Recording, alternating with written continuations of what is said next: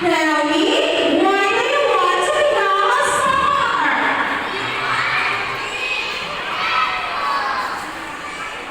Stars are little children who brighten our worlds with smiles and good deeds. Each star has to make happy every day.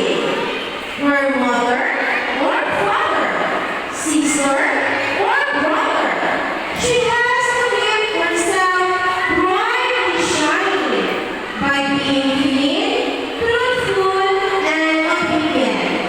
Do you want to become such a star in your home? Very well, Twinkler. You have to come to the right place.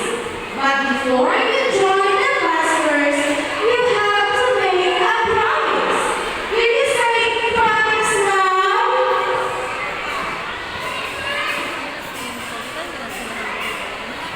Stars now shine, stars now promise. I promise to do my best to love God and my country, to help other people every day, especially those at home.